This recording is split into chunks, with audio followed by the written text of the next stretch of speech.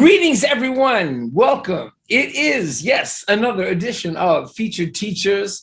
My name is Jason Levine, better known as Fluency MC. I have the honor and privilege of hosting this great webinar series each month. It's called Featured Teachers. You're here with us. Thank you so much. If you're here live or you are watching asynchronously, we have a wonderful program all year, every year, of English language teachers who've made an impact, a difference in their teaching to learners, in their training for teachers, or both. And we feature them once a month. And our featured teacher for the month of September 2022 is Harry Waters. I don't know how many of you out there know Renewable English. I have a feeling many of you do, and even more of you should. And that's why I'm so excited to bring Harry here and to talk with him about what he's doing with Renewable English. It's just an amazing organization that he created. And the title here today is Making ELT a Greener Place to Be. And you may have an idea of what that means. We'll get into it. We'll dig into it, dig deep into it. So I'm really excited to bring Harry here and have this conversation with him for Featured Teachers. So thanks so much to America TESOL Institute. And yeah, let's welcome Harry Waters to Featured Teachers, Renewable English in the house. Harry Waters, Renewable English, thank you so much for joining us for Featured Teachers, man. How are you? I am very well. Thank you so much for having me, Jason. It's an absolute pleasure to be here. And thanks to the American TESOL Institute as well for inviting me along. It's an honor to be a featured teacher. You invited me to do a podcast. We hadn't met. I'd seen what you've been doing on the internet, wonderful stuff in ELT. And I was like, oh, this guy asked me to have a conversation with him.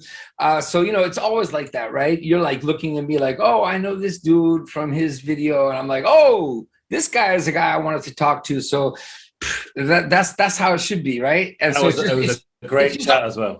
Yeah, it was a lot of fun. So good. Yeah, I sometimes lament, the fact that there are others out there that probably, I could connect to and we could connect. So I just have to always keep moving and finding people, because it's always that feeling, right? Like, oh, I know you. Oh, I know you. So we need to get conversations going so we can, big up each other and make sure people out there know what we're up to, because we want to help them. We're out here to help people in English language teaching. So thank you so much, Harry. So let's get started, if you don't mind. Just if I know about you a bit, but better for you to introduce yourself. Maybe how our main audience here are English language teachers. Some of whom have, a lot of experience. Some have very little experience. So it's always interesting, I think, for people to see, teachers to see, how did you get into English language teaching? What have you done along the way? Where are you now?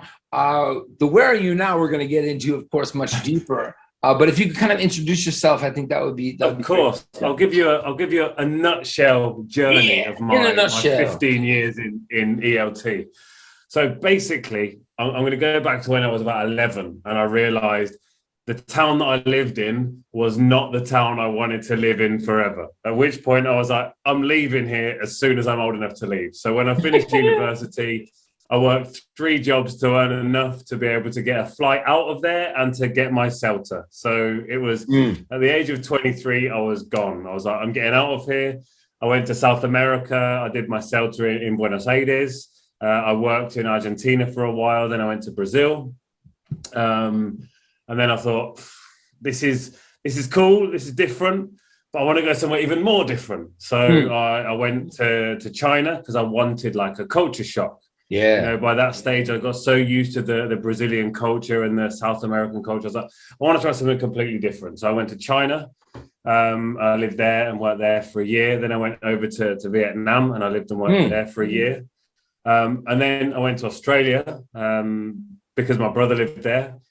And it was at a point in my life when I thought, do you know what? I just want to stop and settle down. I thought, this was around 2010. I thought that I'd stop in Australia, but I realized when I got there that Australia was too much like England.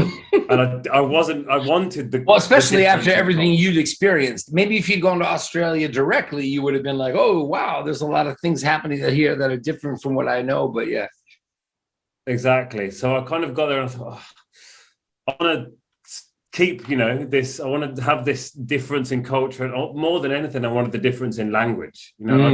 I'd been to these other countries and I'd picked up words here and there. But as an English language teacher, I felt a bit rude and a bit of a fraud that I wasn't really learning the other languages properly. And I was out there saying, you need to do this, you need to do this, you need to do this. And I wasn't doing anything. So I kind of thought, I'm going to go to Spain. I'm going to learn how to speak Spanish. And then I thought I'll go to Mexico after that. I didn't go to Mexico in the end. I got to Spain. I ended up staying here. I met my wife. I have a child. Life happens. Things happen. Life happens. Yeah, one thing leads to another. That's one of my favorite phrases. One thing led to another. I ended up in Spain. And since that, I've worked in schools. I've worked in academies. I've worked online. I've worked offline. I've done teacher training. I do quite a lot of teacher training. It's one of my big focuses, one of my big passions. Same here. And yeah, I love it. I love connecting with other teachers. It's amazing. And I have a very similar feeling when I do teacher training to when I'm teaching. It's that passion of helping others. I absolutely love it. And yet throughout my entire life, since the age of about 4, I've been, passionate about making change happen. So before it became a thing about traveling and leaving, you said, because it sounds like the main impetus of your leaving the UK was like, I need to broaden my horizons. I got to get out of here. But even before that, you're saying it was more about like making a change. Like exactly. I think if I'm correct, you said around 11 years old. So you're saying even earlier than that, you had this feeling of you want to do something to make change happen. What kind of change did you have? Were you cognizant of the change you wanted to I really was, because my parents are, they've always been, activists for one thing or another. And I like my earliest memory that is really stuck in my mind was when we campaigned to keep a local library open. And I really remember that, and that feeling that I got like that day, like standing out there, like with other people to try and make a difference. That's heavy, man. That's heavy. And fight for change, and that like really stuck with me. And from there, I went on other protest marches as I got older, and I was involved in other protests. And I've always been somebody who wants the best for others. I want the best for others in the world. So like going into teaching, it felt natural to go in there because I could help others not only with their language learning, but to grow and to become, people who could also themselves make change with the world and get out there and use their voice. Yeah, and not only that. Let me continue your thought, because I think I can, because I think we have similar interests in this way. But reach more people. I mean, when you're in a classroom by yourself, before the internet, or you're not before the internet, but you're not using the internet, and that's fine. You can do that. But if you have that gift to like, you're so intent on like getting out there with your knowledge and experience and helping others. It's like, oh my God, with the internet, you can reach so many more people and have so much, a bigger effect. I love to think of teachers as an amplifier, not just an amplifier of knowledge though. We often get stuck in this, we're here to give our knowledge to students. The information goes from here into our students' brains. They do their exams. That's passive learning. Yeah, and I'm sorry about knowledge. I mean, knowledge, insights, blah blah blah. But it's got to be like, what do you can you take action? Like, are you motivated to take action on what it is that you've learned? I mean, it's really important. If you're someone with experience, people want mentors. People want knowledge. It's not. We can't just say like, go do it. Like, go do what, right? But if we just say, here, this is what I did, and blah blah blah, then it's very passive, right? It doesn't work. Exactly. And I really think that, as teachers, we can amplify a message of of hope and of change, and we can draw it out of our students. You know, it's not about us putting things into our students, it's about us bringing out of our students the best. And it's not just about, I'm an English teacher, they need to learn English. I want to give them confidence, I want to give them ideas, I want them to truly find themselves. And like, I don't want to be the one standing there going, okay, so the present simple is this. Let's copy down what it is. Let's copy the rule. And then, you know, there we go. We're done. We can do the exam. Everything's wonderful. Don't get me wrong. I have a lot as well. I can't wait like 20 minutes from now in this conversation to come back to that, because I have something I really want to talk to you about with that. But when you say like draw it out, what that implies is they already have something in them. And I love this because, you know, and that's, you know what I mean? It's not like you are just infusing, you know, they're just like this blank slate. When you say that, like draw it out of them, what do they have already? Like, what are you drawing out, whether it's a learner or a teacher? Well, we all have like the ability in us to make change. We all have the ability within us to go out there and be better people, to again amplify this message, whatever message the message may be, you know, whatever we're trying to get across, that is within all of us. Okay, maybe we don't all have the language to do it. You know, maybe we don't all have the language to go out there and, you know, stand up and speak about an injustice or talk about something that you want to change. You mean in their native language they can do, let me make sure this is clear. When you say you don't have the language, you mean that they can do it in their first language but they struggle in a second language, or you mean people also? I think the answer is yes for both of these, but what is your passion here with that? Is that like, is it people who in their first language can do it, but when they try to do it in their second language they struggle, or is it generally an issue? I think it's generally an issue of like, so yes, of course, I use the medium of English to help this and to help people gain their confidence. But there are so many people who have it within them, but they don't have that confidence to stand up and say, and it's not just about, you know, being Greta and standing up there and screaming about making change, because there's other ways we can make change. You know, there are other creatives out there. There are people, everybody has their own creativeness within them. You know, perhaps they're an artist, perhaps they're an incredible rapper, perhaps they're a poet. You know, there are all these different things that people have within them. Maybe they're an inventor. You know, there are all these different things where they can make that change. And it's about finding that confidence and really drawing it out. And you mentioned mentors, and that kind of idea is, for me, it's really about that. Whether we're talking to teachers or whether we're talking to students, it's about bringing that out within them and finding ways for them to find where it is, and, you know, lighting a fire within them to get it out. Yeah, it's really difficult to feel confident if you don't have support. you know, like there's so many people have wonderful ideas and confidence, but if there aren't mentors, if there isn't that support, then it won't work. And that's like teacher training, right? That's what it's more about that than anything else. I feel, you know, teachers will say like, oh, what's wrong with my lesson, or what's wrong with this, or what's wrong with that. And it's like, in the end, it's much more about like the rapport you're having, you know, how much do you really connect with your students, and do they feel comfortable with you? Can you like everything you just said, like, can you kind of hone in on who they are and what their strengths are, and get them more confident?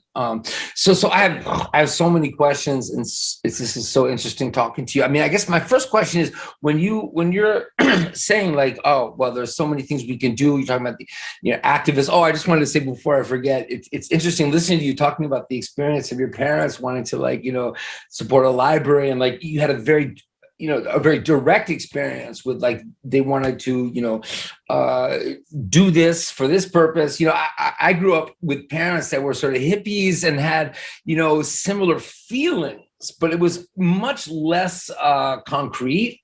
And it's really interesting hearing your story. I've been thinking about this more and more as I get older, that like I had the benefit of being in a hippie-ish family, except it was much more like, oh, this is what we feel, this is what we think, but they weren't out, like, you know, on the ground, like doing stuff. And I'm not faulting them for that, as much as like I recognize now how, you know, my trajectory, you know, having like all these feelings about what I want to do to change things, and how I wish that, you know, they'd acted more directly on a lot of things they felt. So when I hear your story, I'm like, That's what's up. That's what's up. But I want to ask you, because it's so important, in terms of getting out there and really fighting for what you believe in. You have not just done that, but you have focused on renewable English. And I don't want to talk about it as much as I want you now to talk about it. So is that something that when you realized, okay, I have, this motivation, perhaps this gift of connecting with teachers and learners and getting them to think more actively about making a difference, I'm going to do this, that, or the third, or you were like, it's all about, renewable English and climate change. Can you talk about that? Yeah, well, there were a few key moments in my life that led to Renewable English. The first one was when I came to Spain. I'd just been here like 6 months. I got really sick. I got deathbed sick. I'm all good now. Don't worry about it. The healthcare system here is amazing. They kept me alive, which was brilliant. And there's like this epiphany while I'm there, and I'm laying in the hospital bed thinking I'm a bit too selfish, and I don't really take enough care of the planet. I thought a lot about the planet beforehand, and I had taught about it, but there were these different things, and so that was when I really started focusing on it in my classes. There was a huge focus on it in my day-to-day classes, and this is back in 2010. Early 2010. Can I just interrupt you? I really didn't want to, but what you said, when you say there's a focus on it for teachers watching who are looking for sort of actionable stuff they can do, when you say a focus, do you mean just talking about it, or were you creating materials? That would be really interesting. What did you do at that point when you got into it? Because I also want to know, obviously, now what you're doing, and Well, exactly that. It was the idea. I decided to bring it up in classes. It was just simply starting the conversation in my classes and replacing the unit in the traditional textbook, which back in 2010, the traditional textbook unit was climate change, everything's a disaster. Everything's terrible. We're all going to die. Yeah. Moving on to ballooning. Yeah, exactly. So it was getting rid of that kind of unit of the doom and gloom side of things, because it just the students would instantly not be interested in it. It was the same over and over again. So yeah, it was basically starting a conversation in my classes and looking at what effects we were having on the planet and trying to green my classroom. Even this was sort of 12 years ago, and it was something that was starting to come out there and so on. And then not long after that, my daughter was born. And again, having kids, when you suddenly realize, am I doing enough for their future? And again, I thought, well, I'm doing a bit, but am I doing enough? So it led me to focus even further on it, and create projects for my classes and stuff like that. And then I started working in a private school here in Spain that did literally nothing. Absolutely nothing for the planet. As much as on Earth Day they printed out a whole bunch of pictures for the students to color in, to hold up and say it's Earth Day, and it drove me crazy. Yeah. So with one of my 5th grade classes, so there must have been 10 or 11, I just said to them, what do you think about this? And they were just like, it's not really okay, is it? Yeah. This is coming from my students, and this is one of the key moments for me, when it was not about me telling them, it was about them talking to me and asking me what they wanted to learn about. It wasn't me telling them this is bad. It was them saying, well, do you know what? Maybe we should have used recycled paper. Wow, yeah. Good. What else could the school do? And we came up with this list of about 15 different things that the school could do. And we decided to write a letter to the head teacher, to the governors or the direct, I'm not sure what they're called, the PTA, I guess it's called, the Parent Teacher Association. Right. And yet, because they're the big decision makers in the school, and we wrote to them saying, we wanted to have recycle bins in the classroom and the playground, there needed to be solar panels on the roof, the air conditioning shouldn't just be automatically turned on at 8 a.m. And I saw that when these students got together, the change that happened, and the fire that was lit within them, to make that change. And I just thought in that moment, this needs to be bigger. So fast forward a couple of years, pandemic hits, I'm stuck at home, and I think I've got the time now. I'm going to do this. And I just thought, that's it. Renewable English is now my life. I'm going for it. I'm jumping in both feet, and here we go. Wonderful, all in. And one of those like pandemic stories where it kind of, ended up being kind of serendipitous, or the timing, the synchronicity. I think anybody watching this, teacher or otherwise, is going to just obviously feel like, wow, it's amazing what you're doing. From the ELT side, like, did you also get excited about how this could connect to, acquisition of grammar, collocations, speaking skills, reading skills, writing skills, listening skills? Like, how did you, because I can see it, if you're a good enough teacher, which, if you're someone like you can be in a classroom and possibly not be thinking all the time about, like, what skills am I developing? Am I taking this into account or that into account? You've had experience. Somebody new who's getting into things, like really trying to figure out their lesson plan. Where are my students on the 4 skills? So if you could speak a bit about, because I imagine, like, you didn't just get excited about talking about climate change and saving the planet and working with these kids. You also saw it as a way to help them build their English proficiency, to develop their English skills. So if you could talk about how you did that, especially for new teachers who might get excited here but think, oh, I could never do it like Harry did it. Well, exactly that. So I'd seen quite a lot of other people within the industry had been, starting to move forward, like ELT Footprint on Facebook. Shout out to ELT Footprint. Yep. Amazing. Like, they were like one of the huge inspirations for me, thinking, this is possible. And I looked at a lot of the lessons that they'd created and the ideas that they'd created. A lot of it is kind of CLIL based, where you're not specifically looking at a certain point of grammar, because so much grammar comes in there. But when it comes to like vocabulary, collocations and stuff like that, it's just brilliant. It's such a wide variety of this language. And that's one of the things that I use kind of a lot of almost flipped learning in that respect, and asking the students, what collocations can you see in here? Can you see any dependent prepositions in this? Can you look for the grammar that's being used here? Why have they used? I'm just going to interrupt you. This is not this grammar here. It's beautiful. I'm just going to. When do you ask that question? Because this is what teachers want to know all the time. Like, is it something that should happen like before, during, after? Does it depend? Like, have you already discussed it? Because that could be like, okay, we're not going to focus so much on under the microscope looking at collocations and grammar.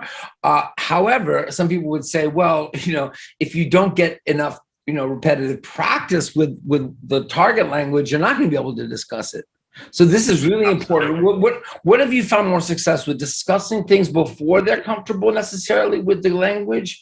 Or because a native speaker who grew up with the language obviously can go maybe right into those ideas. Absolutely, like a fantastic question as well there. So I tend to, so the first series of Renewable English was all about like, at the end of every unit in a book, you have like the culture unit, where we'll talk about, I don't know, St. Patrick's Day, or it's so true, Halloween, or a weird sport. Let's look at cheese rolling in Gloucestershire. So what I like to do with the first series of Renewable English was have this kind of almost extra lesson at the end of a unit. So, we look at the home. So you've worked through all the home vocabulary. You've looked at all these different things in the house. So you know what the kitchen is, what a kettle is, this, that, and the other. So you have all of that vocabulary. It's all there. It's all been built in. Yeah. And then what I like to do is look at the effect of the home on the planet. So they've got all of that vocabulary built in already, and then we're looking at it. We're like, awesome. So then we go in. We start. So they're able to talk about it because they've got the vocabulary. Exactly. That's ingenious. So we go in and we say, what's consumption? They don't know what consumption is. So you talk about what consumption is. You have the idea. So what do you think electricity consumption is? Oh, well, that's the use of electricity. That's your ring light that you've got turned on there that you need so people can see you. That's right. And so you can approach it like that. And and connect it back to the unit they've been working on. And that was another one of the huge factors for me to focus on renewable English. And also teachers watching, it's like because they're going to be thinking, right? Well, I have this unit, I don't have time, blah, blah, blah. So like what you're talking about, and this is what I do with my materials as well. It's not about like supplanting what they do with what I do, right? And what you do. It's like building from it. And a lot of that can also be like out of class practice, which teachers and students need if you're only seeing your students 3 hours a week. Like how much English are they going to get? So if they get inspired, right? And that's not an easy thing, but if teachers can inspire, we can inspire teachers to inspire them to be doing stuff outside of class with it, right? Then they're going to get the English they need to come to class and succeed in a communicative activity in the classroom. But what I hear you saying is like, it's not about like, okay, we're doing this, and then like we got to switch to all this new stuff that you're going to have to like kind of quickly memorize or something. No. You're how to build from what they're already doing and make it more interesting. It's that moment of just to stop and think about it. So, like you say, there isn't time to throw everything out and start all over again. And here we go. We're only going to have a project about the planet now. It's incredibly difficult. Like one of the first steps that I always say for teachers, but the first step is always buy a plant. Buy a plant to bring a bit of nature into your classroom, because there's a lot of things you can do with it. It's good for the classroom. It reduces CO2. There's all of those easy things. Fantastic. The second thing I get them to do is I like to call it a 2-minute tweet.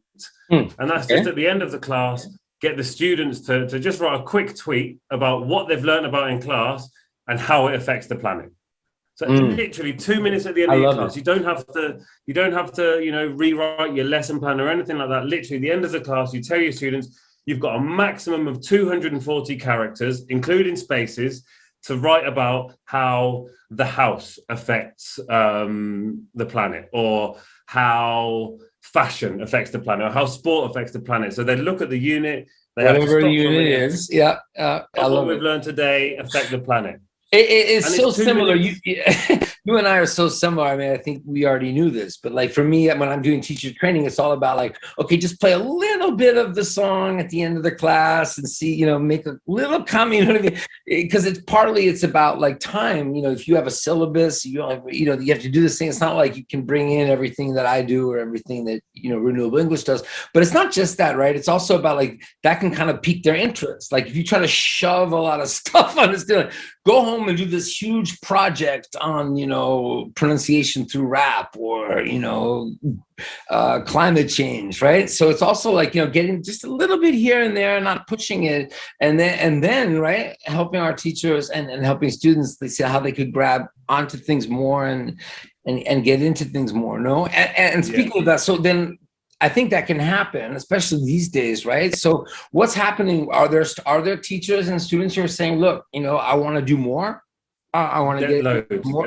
Many more. And then how do you support them? Is it directly with materials you make, or is it more trying to coach them to create their own stuff? Can you talk a little bit about that? Because I know you've got a lot of both, stuff. Really. Okay. A bit of both. But before I go into that, I want to just mention very quickly, like you mentioned the homework aspect of things. Now, one of the brilliant bits of homework that you can do is not set written homework. And you say to your students, if you're talking about the home, for example, again, I'll go back to that, go home and just check how many electrical appliances you've got at home. If you're talking about water, go home and just see how often you turn the tap on, or the faucet, obviously, if you're in the States. So yeah, just those kind of things. Back to your other question. I support teachers with materials. If you go to Renewable English, there are about 30 lessons that are recorded, and they have the. And at the end, you'll share these links. I hope if you make sure we okay. Yeah. So on the website, which is renewableenglish.com, on there it's got the whole first series, which are the additional units. There are 13 lessons there that you can use. All of the materials are there with the worksheet, with the video as well. So to be honest, you can just go in, click the button, chuck it on YouTube. You've got half an hour, your lesson's done, of me just sitting there with my beard talking about certain things. The second unit's all about the United Nations. The second series is all about the United Nations Sustainable Development Goals. So there's all sorts of materials in there. but also through webinars. And I have a training course as well, which I work with teachers who are interested, but also with organizations who are interested, where I can do training sessions. But I also have a course which talks about green skills for students. It talks about green skills for teachers. It talks about creating materials, adapting materials. You know, so it's that whole thing of taking what we've got, because we don't want to just throw the course. No, I love it. It's the same as me. I love it. I love it. I love it. Yeah, take what you got. There's so much there, you know, and right. It's using what we've got in the course book to help what we want to do. You know, also the students have paid a lot of money for those course books. Right. There is no perfect course book until the one we write together comes out. When we write that book, you know, Rapping for the Planet, when that book comes out, you and I have a lot to talk about, man. You and I have a lot to talk about. But that's it. That's it. And like, you know, it's all about hooking. To me, it's all about hooking students on practice out of class, as you know, because like a teacher will come to me and say, you know, I already sort of mentioned this a little bit earlier, like, you know, what's wrong with my students aren't talking in class, they're not participating in class, you know, what's wrong with my lesson? What's wrong with me? What's wrong with the book? You know, this, that, and the third. And in the end, it's like, wait a second, you see them 3 hours a week and you're wondering why they're not producing English in the classroom. It's like, it's not necessarily you or any of those things, right? You know, and the teachers that get it are the ones who have that one student or that two students who are outside of class, like all in on, like, you know, listening to music in English, playing games in music in English, like watching videos in English, you know. It's these days, right? It's so much about that. So it's with you know, looking at the, you know, issues with the planet, like what you focus on, or, you know, social justice, you know, whatever it is. Like if we can get students hooked outside the classroom on doing that in another language, that, you know, because internationally, from now until, this is the thing I wanted to talk to you, instead of 20 minutes later, I don't know, we'll get into it. You know, at least for now, English is lingua franca, right? So if that's a way that, you know, you're using English, like, you know, to be an activist, or you know, to get involved, like, you know, in things beyond just like the, you know, your basic reality in where you are in the world, and this helps you connect with people around the world. Come on, I mean, yeah, that's a beautiful. Another brilliant homework I love to do, and it is all about this, like getting connected outside the classroom, is find an activist online that you like go on Instagram and find an activist online that you like. And like the big one that I love to tell them to do is find 5 reels and 5 videos on TikTok related to the planet, you know. So they can be hacks on how to help the planet. But the thing about that is, when they do that, when they look for these 5 videos and they spend time going through TikTok, that helps the algorithm on their phone to make the things that they're looking for. So more and more come up. So they don't even know that, like, you've actually changed the algorithm for them. You tell them to find 5 videos about it. They've typed it into the search bar. They've gone through. They've watched the whole video through. Yeah. Tell them as well, I want you to share it with one of your classmates. I want you to. So what you're doing is they're looking at, you know, these environmental activist videos, and it's making it come up again and again on their phone. So, you know, you're kind of tricking them into that's the echo chamber effect in a good way. I mean, that's why I think people like bemoan the fact that this is echo chamber. I was like, it sort of depends, actually, when you think about it. It's like, if I've got all these, if I'm into, you know, like progressive thinking about the planet and people, and I've got these books on my shelf and I want to know more, I kind of want to know more books and more people and more blah blah blah. So if the algorithm helps, you know, in this way to like give me that, but people say, oh, but then you don't know the other side, you know, you're only seeing one side of things. But you know what I mean? It's not, it's that kind of, to me, the problem with that is like you already know everything and you don't, you know. And also that, you know, if you, like you're saying, if you are searching for stuff and promoting it and sharing it, then you are actually out there helping other people see that. It's not that you shouldn't see the other side, you know, but it's like, it's kind of weird to think, okay, what, I'm supposed to stock my bookshelf with, like, you know, people and thinking that I don't agree with. I should know about it, but that doesn't mean I want to have those books on my shelf, right? Like, I want to know more about what I've. So in that way, like, the algorithm thing is interesting, like kind of curating, the curation thing about the internet, you know, like, can we use algorithms to help us curate and build on what we know and help get things out to other people. That is an awesome thing about the internet. And that's where Web3, it's so good for, crossing our fingers, learning as well. Web3 could help us maybe, like get stuff out there more, because, right now it's like I try to promote something like what we're doing here and I get no reach. And then 93 seconds later in my email, it's like Facebook's asking me to pay to promote something. So, but that fair enough. That's their website. That's not us, right? Like, what can we do on our own to kind of make things more fair? I do want to say before I forget, because I really want to pick your brain on this. You said earlier about it's not about I want to learn present simple, present continuous, or present perfect. I want to go beyond. I don't know how much you know about what's going on with AI and language, because I didn't know how deep it was getting until not very long ago, where I heard about this company Rosetta, not to be confused with Rosetta Stone in Japan. Rosetta is something else, but they're the folks behind, if you're in a Zoom call, it's on Teams too, where the speech to text stuff is getting kind of crazy, and on the translation side. So it's I could say something in English and someone could see it in Spanish, and it's idiomatically you've never seen anything like it, kind of thing. It's we're not there yet, but you know what I mean? Basically what that person who doesn't speak English but speaks Spanish is seeing in Spanish is really my thoughts, who I am, in a very real way. Well, this company Rosetta that's behind it, they also have stuff, it's not really out yet, that's for spoken. So it's more interpreter stuff, not translation stuff, where it's I say something and you hear it. You see, you see advertising where you hear this thing. Oh, I say something in English, and then you hear it in Korean or whatever, as a Korean person. But it's really primitive. But it's coming soon. So what I want to ask you about? I mean, I had a school in New York City for Japanese.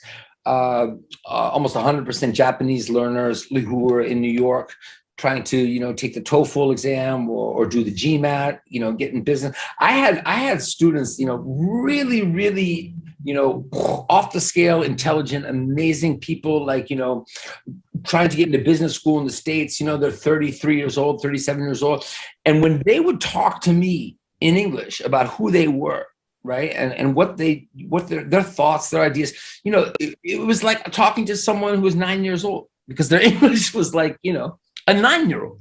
So what did I think and feel about this person? Now, this company in Japan, it's interesting that it's Japanese, because I think this is really, the whole point is, why learn English? Why should the whole freaking world have to learn English at a level to be able to communicate who you are in your culture?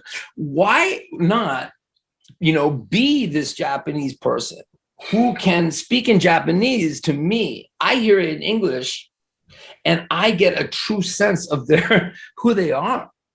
And, and the paradox here to me, because people be like, oh, but then we won't learn, we won't learn other languages. Well, but hang on a second. Why should that person have to learn English in order for me to appreciate who they are completely? And moreover, what about prejudice, racism, stereotypes? You know what I mean? A lot of that comes, right, from the limited level of another language that I'm receiving about who they are. So I wouldn't be getting into this so much, except for the fact that you mentioned that before. I think, we're going to get to a point not too long from now where it's not just not about present simple, present continuous. It's not even just about English. It's about we can forget all about that. It's more about who we are. We bring our own experiences, our own first languages, our own cultures, and we can build from there, as opposed to all having to learn one second language and being judged by your skills in a second language. What do you think about that? I mean, I don't think it's that far off, this idea. I think at first, obviously, it's going to be a bit like a lot of other technological advancements. It's going to be incredibly expensive at first, and then eventually it will trickle down. I don't think it's a huge distance off, but I think I don't know, it's weird that English is seen as a lingua franca, and I don't know how it managed to get there. Colonialism obviously has a huge influence over that. Right. Let's not get into that right now. But it's very practical, right? We can say that, but like in the end, like there is something to be said about being an English language teacher and teaching English more as just this basic skill. Like I'd rather teach French. I'm in France. I'd rather teach French students English because they want to communicate and do business and make friends with people in Brazil and Korea than like bring it as this, you want to be American or learn about American culture, British culture. Like that's gone now. And that's wonderful. Absolutely. And that's why there's so many people in France actually why they want to speak English more. Because they feel it's like, a basic skill, like learning how to use a computer, learning to use English, it's not tied to a cultural thing. Like, this to me is fantastic. But then even beyond that is what I'm talking about. It's like, why should they have to, that's great. If English for them is just a communicative tool like a computer, but why should they, right, have to spend so much time, so much energy if it would be possible for them to communicate in French? And this, by the way, another paradox or whatever, like would be a way to maybe keep first languages. Instead of all going to, if we could speak our own languages, but understand each other on a level, that's higher, that could be a freaking amazing. Than everyone having to conform to one language and try to, right, communicate. It would be super cool if we could all bring that all in. And, that's another thing about English and the language of protest, for example. This is one of the big things with Renewable English, with helping people find their voice, as it were, because the language of protest is English. You look at the big activists out there, the big change makers, people like Greta. They don't stand there speaking in Swedish. They're up there, they're speaking in English. But it's not something so special about English. It just happens to be English, right? Like you said, like whatever the reasons, colonialism, whatever, blah, blah, blah, right? It's just more like, hey, that's what it is. Yeah. Nothing special. For me, it's, helping others, find it and use it in that respect. And it is connecting with other people across the globe, as a form of communication. It would be wonderful if we could all just naturally speak our own language and then connect with people. But I also, another side of me, I've learned Spanish. I speak Spanish, at a pretty good level. And for me, like the whole process of learning Spanish, I'm not going to say it was fun. It wasn't a huge amount of fun, but it also brings out a different side of me. Like when I speak in Spanish, I'm not the same as when I speak in English. Right. There are certain different aspects of me. I'm even louder, which is weird. But a lot of it, I didn't realize it was possible. But yeah, I'm even louder, and my sense of humor changes, and a lot of sides of me, a lot of things about me actually change when I speak in Spanish. So while it would be nice to just be able to just speak English, I really like learning other languages. And totally, another good thing, it's great for Alzheimer's, or preventing it rather. So, Right. No. But I feel like, when people say like, oh, you can always learn a language as a choice, and people, especially, in the UK and the United States, be like, I don't really see the need to. So I'm thinking, like it's always good to, right? But imagine if you had the choice, like, again, back to these Japanese learners I had, that you could go into an interview and the person that interviewed you could really look into your soul. Because without knowing Japanese, and then like on top of that, learn the language, blah, blah, blah. But we want you, for who you are, not just your English level at expressing who you are. Like that to me is like, wow, anybody that's saying like, oh, that's like too futuristic and weird. It's like, that could really be you talk about sharing cultures. Like, you know what I mean? Like if I could have, like, I don't speak Chinese. If a Chinese person could talk to me about who they are and I understood it on the level of, come on, what could that do for me in the world? So anyway, it's interesting. Do a lot. It's interesting stuff, right? So anyway, I guess the most important thing at this point, because we don't have too much time left to talk. You and I, there's so many things I want to talk to you about, but for the teachers watching, like, what would you suggest, like, right now, that, like, you mentioned a few things earlier that, and I do the same thing. Like, he just asked me, like, what can I do with, like, music in the classroom? What can I do? I don't have time, blah, blah, blah. Oh, well, just do this little kind of this hack, this little thing. If you get them hooked, your students hooked, then you could do more. Like what would you say, like, to you, in your experience, would be the best tips for teachers who want to focus more on greening ELT and getting this exactly? Yeah. First up, look for things like ELT footprint, Renewable English. Look for the British Council Climate Connection, because on there are so many materials. You never have to make materials to do with the climate. ELT sustainable as well. So if you do have a gap in one of your classes and you want to do something about the planet, the materials are there. So you don't have to worry about that. So check out ELT footprint, ELT sustainable, Renewable English, climate connection. Buy a class plant. It brings nature into your classroom. It makes a huge difference. Like, rather than having a class mascot, have a class plant, give it a name, give somebody the opportunity to water it. Check how many new leaves there are on it. You can then use that plant, you can propagate that plant and make more plants, and you can fill your classroom with plants, and therefore lots of different names as well. So they're like super simple steps. And then there's like adding in little green routines. So like the tweet thing that I mentioned, where I like the rhyme, green routine, the routine is green. That's something we could do. We got to make a song, a renewable English song soon, I think. Mate, I would love to rap it with you. Let's do it. Best rapper. We got to do it. I can try. Yeah. But yeah, sorry, you're saying like the so those ones are super simple. And then there are other green routines.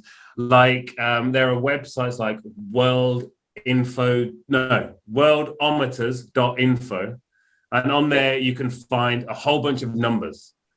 And with this, you're learning about big numbers that we don't teach enough about in our classes, in ELT classes. And what I like to do is at the start of the class, I flash it up, and it will be something like the amount of CO2 emitted that day, or the amount of hectares of land that have turned into deforestation, or soil acidification. Look at it at the start of the class, then look at it at the end of the class, and see the difference that's been made. Well, and all the functional language there with comparatives, reading a graph, like summarizing information. Exactly. And then you can say, and what could we do to make a difference? So, okay, if you're talking about deforestation, the first thing students are going to say will be stuff like, well, we could recycle paper, or we could use both sides of the paper. But then you can introduce that into your class. You can have the scrap paper box. And it's coming from the students. It can then go on to looking at, the fact that agriculture causes a huge amount of it. So maybe they could, well, maybe I won't have a beef burger next time I go to Burger King. Maybe I'll try the vegan option. From these simple ideas. And another thing they can do is check out Renewable English's Sustainable September, which every day in September, we've got a calendar, which has got a PDF calendar, which you can click on links, which gives you ideas. But for example, day one, which was obviously the 1st of September. Yeah, I was going to say the timing is perfect to talk to teachers about this if they're watching. Exactly. Day one is today is September 2nd. There you go. Day one, set up recycling bins in your class. Bam, done. Takes 2 minutes. Paint a box, put it at the front of your classroom. The students are doing it. The students are thinking about it. Day two is do a plastic audit. So you go in your classroom and you look and you say, how many plastic bottles have we got? So they'll go through, maybe not everyone's using a reusable bottle. They'll go through, they'll count, and you can say, let's say you've got 30 students. If every one of your 30 students is using a bottle a day, you're using about 5,500 bottles a year. That's one class. Wow. You remove that, that's 5,500 bottles. If you've got 10 classes in your school, that's 55,000 bottles that you're not using. Now, we're not going to change the world by doing that, but that's an impact. But it's changing the mentality, right? And along the way, maybe like learning how to pronounce and understand numbers in English, which is always like this thing that seems, so forced and arbitrary. I have to like practice these numbers, but here it's happening in a way it's every day, and it's not a numbers class where you have to do it. They're there, and you're using it, and and your students are then thinking, hang on, if we can convince another 10 classes, that's over 100,000 bottles a year we've saved. Now, 100,000 is a big number. Yes, we use billions and billions of bottles of water, but 100,000 is a big number, and that can be achieved in 2 schools.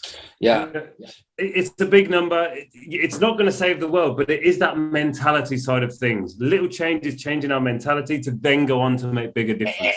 And then maybe changing the world through mentality. It's also like spreading the mentality. So I want to ask you about like videos and pen pals and connections, because this is something I see, obviously, transcending languages, cultures, which is why I got so into that, what we're talking about, I think, because this topic would be like, okay, if people could really like be understood better about how they feel about the earth. But so do you do anything with like sharing, share a video about what you're doing in the classroom, like these things you just said, because like, it's great to like, train the teacher or explain it, but it's another thing, right? If classrooms can see other classrooms doing it, what's happening with that? Are you doing anything specifically with Renewable English, or are you just kind of encouraging that? Or I'm encouraging and sharing online, but also there is a student corner on the website, which is being built up as well and is growing and growing. But also through other areas I work. So I worked on Speak Up for Sustainability with a big publisher, and I'm currently working on a Changemaker project with a different publisher where we've had a big competition where different schools have sent in what they're doing. So one school in Lithuania, there was a school in Mexico, there's a school in India, showing the different changes they're making in their schools. That's huge. And seeing that these people across the world are making these differences, it's inspiring for me, but it's also inspiring for each other. So, and all these different areas have different issues. So in Lithuania, it was more built around the recycling and that side of things. Whereas in Mexico, it was about a green space in their school where they could create shade, where it could be a bit cooler, where they could create more oxygen, growing succulents and these different ideas, and just seeing, well, that's like the thing, globally, act locally. But if you can share what you're doing locally and increase people's understanding, oh yeah, that makes sense. In this part of the world, you can be doing this and doing that. Man, we got to work in a rap. We got to talk, man. We should do a rap challenge where people are doing like a little rap about the environment and sharing it. That could be, right? That could be that would be cool. Awesome. Definitely, man. So in these last few minutes, like, what are you thinking about, like, in the future? I mean, you sort of already started talking about it, working with a new publisher. Like, tell us about like the things you're focusing on right now that are most important to you to build and develop. Okay, so right now, it being September, obviously, the start of the school year, my big focus is on the schools in the area, where I'm going around to the schools and I'm talking to teachers and students about how they can implement these simple green ideas into their classroom, what they can do to make these changes, to change the mindset.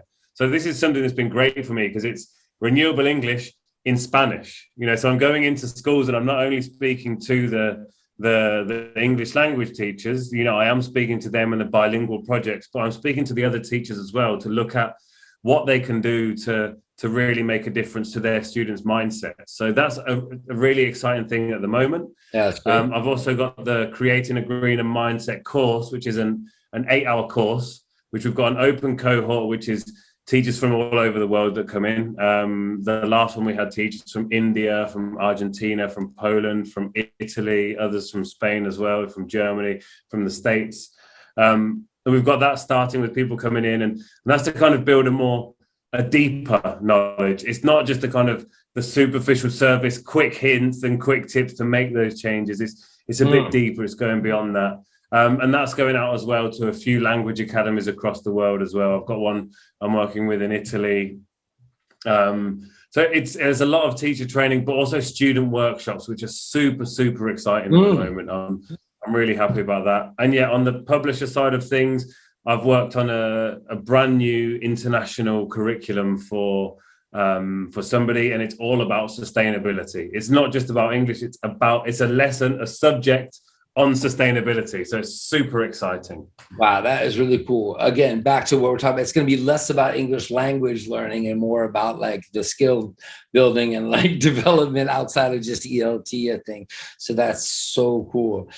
Harry, there's so many things you and I need to talk about because I feel like this is just, if we can get the word out more, like if I can help support what you're doing and ESL Footprint also, shout out to them. I think there's a lot we could be doing like with rhythm and rhyme to getting people to you know, Sure. yeah, right. Especially because you're into it too. Like we could co-write something together. That would be very cool. So That's listen. now on my list of dreams. Let's do it, but hey, forget the dream. Let's do it, man. Let's just do it. Let's do it. It's super simple, man. I already got like rhymes coming in my head, man. So like, you know, we got to do it. We got to do it. But so yeah, so where should people, like, if people hear, okay, you've mentioned these different websites. Is there one place where they can just send you a quick message, like anybody who sees this and just like, you know, wants to, you know, what are those links or where can I find you? Like, what would be the one place they should go? An email for you or a website? There's an email, yeah. Go with an email for me, nice and easy. It's Harry@Renewable English. Okay, so Harry, super easy. HARRY at Renewable English. You see renewable here. .com. Yeah, on both sides. Woo. Yeah. Like and so someone could shoot you an email and be like, hey, where do I need to go? And you could maybe throw the links in there. Exactly. They can come, they can find it, and it's all of my details are within that email address. You know, if you want to go to my social media, just take off the Harry and the .com. Okay. At Renewable English, you'll find me on Twitter, Perfect. You'll find me on Facebook, you'll find me on Instagram. So yes, you can also just Google Renewable English and that's you. Exactly. So and renewableenglish.com is the website. So, you know, this clever branding that we have up here. Yeah, honestly, if you want to email me, you can find me, as I say, on Insta, on Twitter, whichever your preferred form of social media is. I'm on all of them. If you're not careful, I'm going to be in your breakfast cereal tomorrow morning. You get like the little prize at the bottom. You open it up. It's like, hey, Harry jumps out. Hey, it's all about renewable resources, my friends. So don't forget to recycle the box. Oh, like when we first spoke, I was like, man, we gotta. In fact, like we're both busy, so like one of the reasons, like I gotta get you back here, man, because like you know, I gotta keep working with this guy. So yeah, and I saw you at TEFL doing all this great stuff. I'm like, oh my gosh, like I gotta find this guy, you know, before he like blows up so big he forgot who his boy was here, you know. I ain't never gonna forget who my boy is, Jace. I ain't never gonna forget who my boy is. Appreciate that. But listen. Harry's unite, yeah. Hey man, if you, I'm talking the renewable English, something like that, renewable hair growth is not happening. Well, that's a good one. I tried that, but failed. We got to green the earth, and then we'll work on like the individual dudes after that. Harry, thank you so much for being here, for being our featured teacher for August or September rather. September, excuse me. Yeah, and September is what, Harry? You were saying? What is September? Sustainable September. That's a hashtag. Sustainable September. That's a hashtag. Excellent. So yeah, big up the planet Earth and TESOL, American TESOL Institute. Thank you so much for making this happen. And thanks to all of you who joined us, Harry. So much respect for what you do, man. And thank you so much. My pleasure. Talk soon. Thank you for having me. All right, wherever you are, yeah, you're welcome. Thank you so much. Wherever you are, teachers around the world, English language teachers, have a wonderful day, afternoon, evening. See you next time on Featured Teachers. Bye-bye, everybody.